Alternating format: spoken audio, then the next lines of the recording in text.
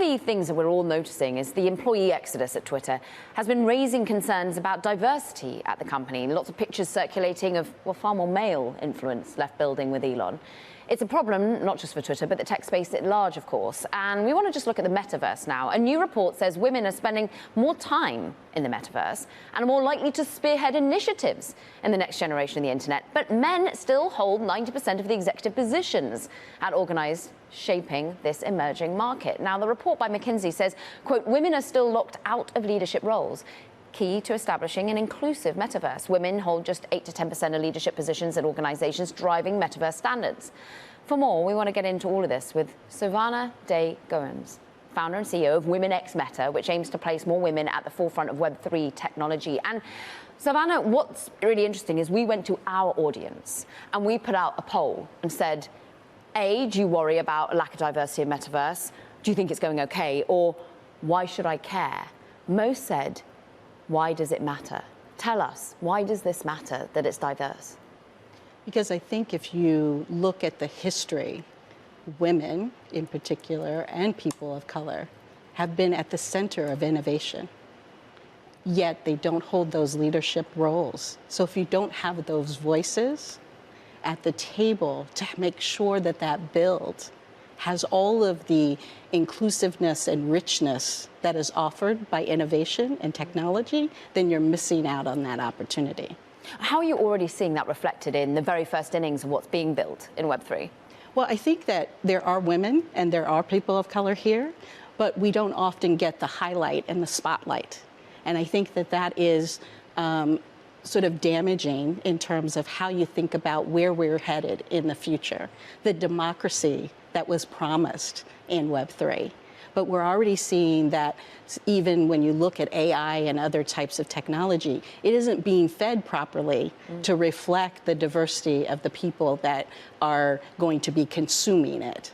So it is necessary to have that innovation at that conference and at that table. Hey, SoVonna, I love what you just said about different types of technology. If you allow me, I just want to draw on some of my reporting experiences of the last few years. I was reporting on self-driving, and I had a conversation with Aisha Evans, the CEO of Zoox, about this very topic, and she made a very simple point.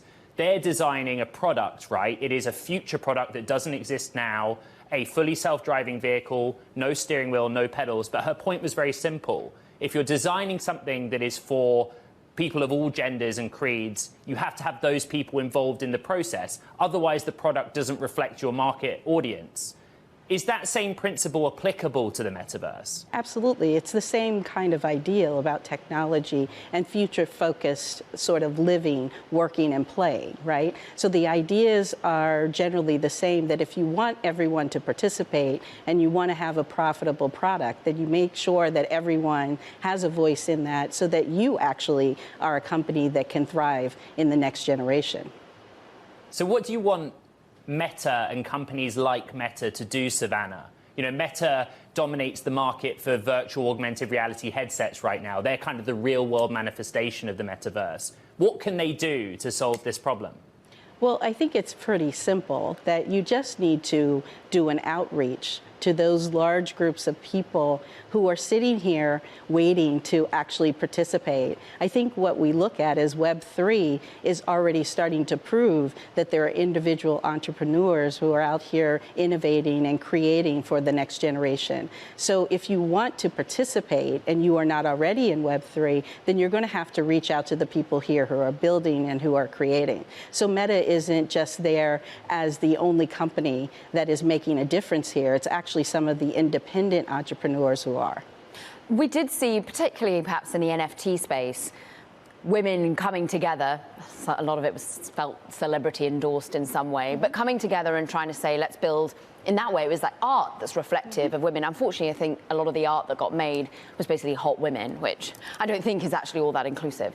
But I'm interested in what you think can be done in the here and now that stops, for example, when Apple first released its health app, there not being a period tracker. Like, that was sort of an evidence in that particular form of Web 2, where a lack of female engineers in building the software had an impact.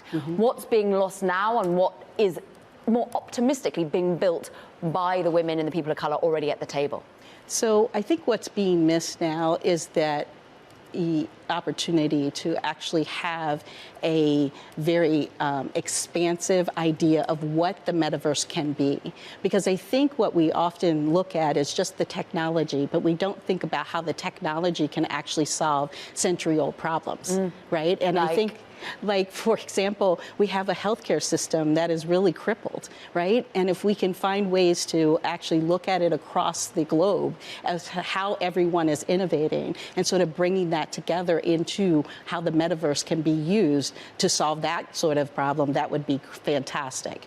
I actually think that when you think about how women participate here, they don't really want a casual, sort of hyped, focused opportunity. They want to really deeply be engaged, whether it's about healthcare or whether it's about the way that they live and they exercise. They want everything to be lifestyle and have real user experience here. And that is what women bring to this. And I think with respect to how you thought about the art, and you mentioned NFTs, I think the people who are artists really want to reap the benefit of actually having built something that people appreciate. And in previous generations, once they sold their piece of art, they never really saw any benefit of that later on. And so the NFT gives them an opportunity to actually reap that benefit for many generations to come.